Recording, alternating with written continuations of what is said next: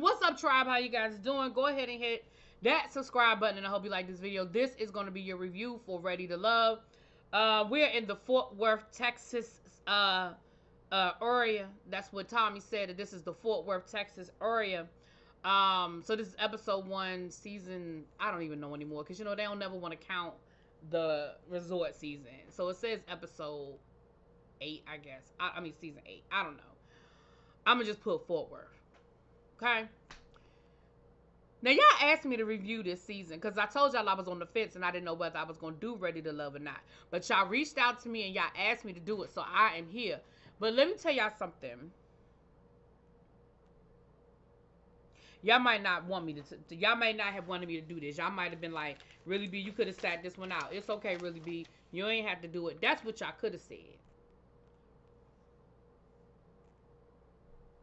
So what I do like is that they have broken up the premiere into 2 mixers. So they had half of the cast at the first mixer and the other half is going to be next week.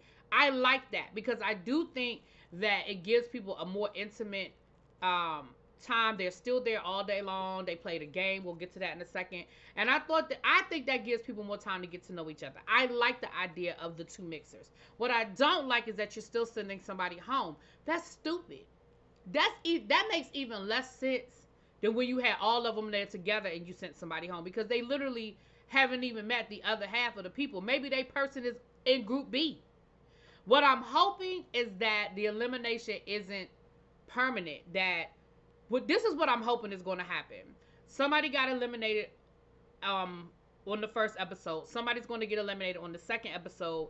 But at the brunch, Tommy lets everybody come back to the brunch, but he tells those people, okay, this is your second chance. See if your person is in the other group. Make sure you mix it and mingle it, and then we're still going to eliminate somebody at the end of the day. That is what I hope is going to happen. If those people that got eliminated last week and then next week are permanently eliminated, I'm just going to throw this whole damn thing out. Because that's stupid. If you're telling me that you're trying to help people find love and you brought together 20 singles and you only let them meet half of the group that's there, that's stupid to me. But I would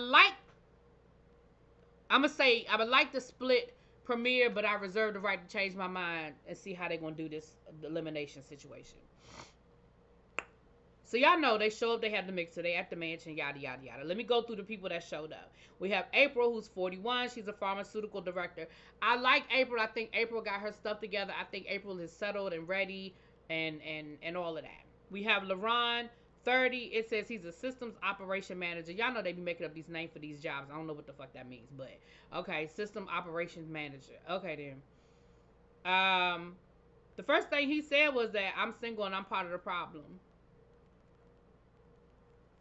He said that he likes to go out and meet women, like, you know, at the club, at the bar, whatever. He said, but I don't know where else to meet women. He said that he parties from Thursday to Sunday.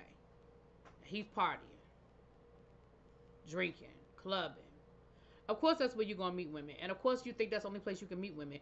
You never thought of, like, you know, I don't know, going to, you know, organizations, going to church.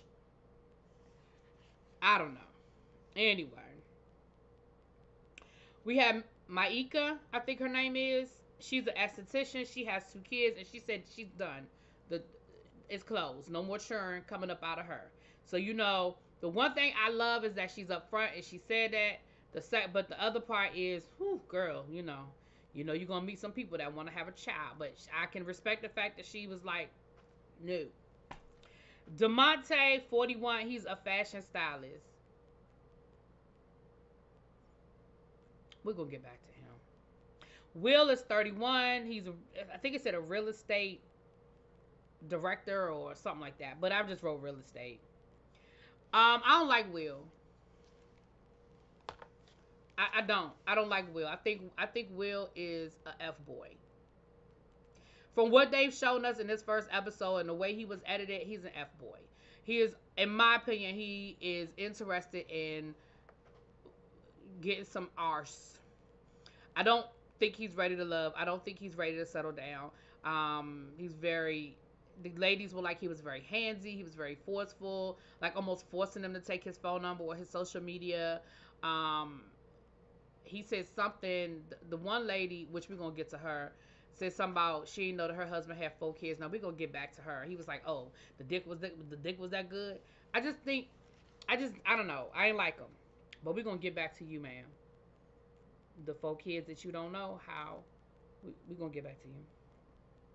Alexis, 32. She's an operations manager. I like Alexis. I mean, I reserve the right to change my mind because y'all know how first impressions on these shows go. But I like Alexis. Alexis is also a referee and all that good stuff. I do. I like Alexis. Dominique, 42, an art curator, an account art curator. Um, Dominique wants 10 kids. He said anywhere from 2 to 10. I think I reserve the right to change my mind about all these people, but I like Dominique. I do. I don't know. Something about him though ain't really sitting. I don't know. Koisha is 35. She's a realtor. She has 2 kids. Now she says she open. Now, Koisha, though, is the one that married the man that had 4 kids and she didn't know nothing about it. And I would like to know, Koisha, how you married a whole man and you didn't know that man had 4 kids. Not 1, not 2, not 3, but 4. How did you not know he had 4 kids? You were asking the wrong questions. Because here's the reality of the situation. By the time I'm getting ready to get married to somebody, I need to know your income. I need to know your bills. I need to know your credit score. I need to know where your money is going and coming. And if you have automatic drafts for like things like, I don't know, child support, I would need to know. Hell, at this point, we might need to exchange credit reports. But I certainly think I would know whether I mean, either he a deadbeat dad or he a good ass liar, and either one is not a good idea because if you have 4 kids and we dated to the point where we got married and I never knew, that means you're a deadbeat dad. That means that you're not in your child's life. Or you have been lying to me. That means that when you are spending time with your kids, you telling me you somewhere else doing something else with somebody else. So I still don't understand how he got away with that, but Koisha, I don't know, girl. Now, who's the stylist? What's his name? Let me go back to him. The ladies, they get the mixing and mingling. No, so the one guy, Glenn's 41 as a teacher, and Glenn is a no-show. Okay, Glenn got nervous and he just couldn't do it. And listen, this thing ain't for everybody. Going on TV, getting in front of people, exposing your life to people, exposing yourself to scrutiny and all that, it ain't for everybody. And I'm glad that he knew before it looked like his car actually got to the mixer and he couldn't get out the car. So when we saw him like doing his like entrance interview, he couldn't get past the introduction. They should have known he wasn't going to make it when he couldn't get past the hi, my name is Glenn. He had to do that part 3 times. Okay, Glenn. So we talking to the people now. So the stylist is saying how, he can go from, after 5 to casual, and he can do this and he can do that. He was like, because like I got my tattoos, and I got 35 tattoos, and all of them have a special meaning to me because of the things that I went through.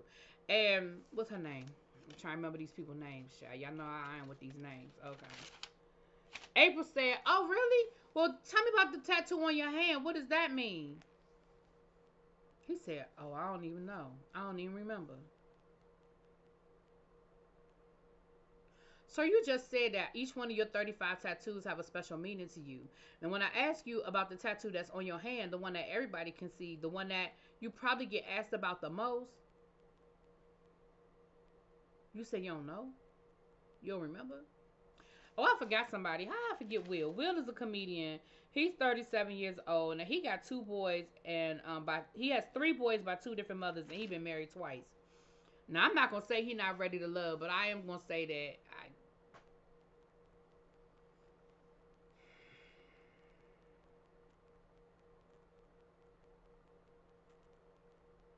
of course, the first thing out of people's mouth was they wanted him to make them laugh. He was like, that's the first thing everybody says. Now, I found it interesting that both the comedian Will Yum, and DeMonte both had on sneakers, but April only had a problem with the fact that Will, the comedian, had on sneakers. It was like he wasn't ready. It's like he wasn't prepared. I mean, is it because you feel like his sneakers were not maybe as expensive as DeMonte's sneakers were or something? Because they were both wearing sneakers. And I mean, that's just what people do these days. Like, people wear sneakers with suits. Hell, I have issues with my balance. I don't wear heels anymore, and I will wear sneakers with a dress in a minute. I've done it the last couple of years. That is what I do. So I don't know. I think to eliminate somebody because they have on sneakers, I don't know. I didn't think that was fair. But you know, I ain't there, child. I'm sure it was other things. Um, Will says to, I don't even remember who he said it to, but the first thing he said to one of them women was, "I love God and I love booty."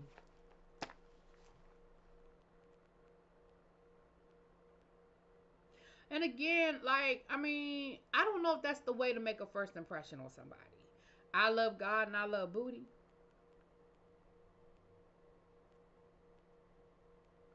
I just don't think that's the type of impression you wanted to make, Will. The one thing I do appreciate is that everybody was having a conversation about, like, the kids' conversation came up a couple of times because I think that's important. If you are not interested in having children, I think it's fair to let the person know. If you absolutely want to have children and that's a deal breaker for you, I think that's important to let the other person know. So Tommy shows up and Tommy says, "We're going to play a game." He said, "Now we still waiting for Glenn to show up, but you know, we don't think Glenn is ready for love. He ain't here yet. We, you know, whatever. So we're going to play this game." I thought the game was cute. It was basically Tommy asked the guys a bunch of questions to see how well they had gotten to know the ladies. And the person who won the game, who got the most questions right, won immunity for the night. I thought that was a cute game. I thought that was a really cute game. And I thought that it was a game that was connected because y'all been sitting here talking to each other all day. How much have you picked up? Have you asked the right questions? Have you know, are you really doing what you need to be doing? And I thought it was a good idea. So some of the questions they asked, like one of them, they were like, you know, who's really into sports and is even a certified referee? I think they said one person said, the worst day they've been on was when a celebrity flew them to Atlanta, but then made them wait in the car while they got a facial.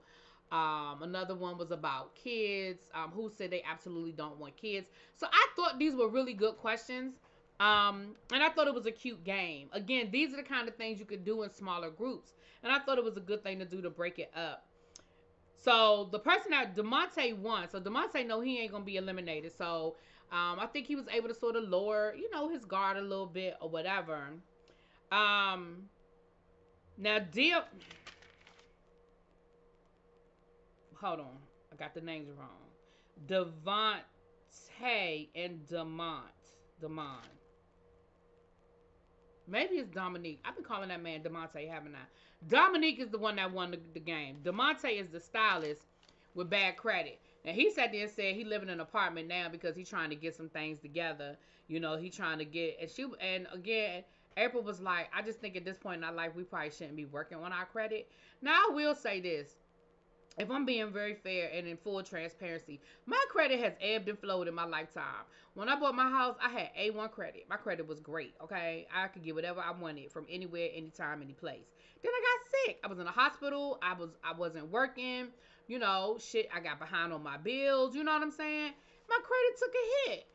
And so then I had to rebuild it again. So I think it's fair to have a deeper conversation. However, comma on the surface, I do understand what she's talking about. Okay. Um. Then William, the comedian, said that now he's in the National Guard. He does stand up comedy. He said he wants to open up a gun shop to teach women of color, you know, self protection and with weapons, whatever. And I'm with Koisha. Koisha was like, "Listen, that is a great idea. It sounds good, but a lot of times people are doing this and they not putting nothing into action. So, like, are you talking or is this something you really doing? Like, are you just playing with me or are you for real, for real?" Um, So Tommy pulled the ladies aside so he could have a conversation and figure out who was at the bottom. So the two at the bottom, because we don't care about the people at the top. The two at the bottom was DeMonte the stylist and William the comedian. Now, Will's name was kicked around, but he wasn't in the actual bottom. But when we got to the actual bottom, it was DeMonte and William. And DeMonte was the one that actually got sent home. Now, again, like I said, I hope that he's going to get an opportunity, even though I don't care if he comes back at this point, to be honest with you. But I hope he gets the opportunity to at least meet the other ladies, because I just think that's only fair. But who am I to tell them people how to do their show? Okay?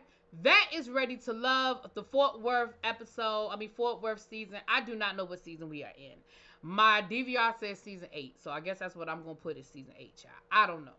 Anyway, I'll talk to y'all later. Peace.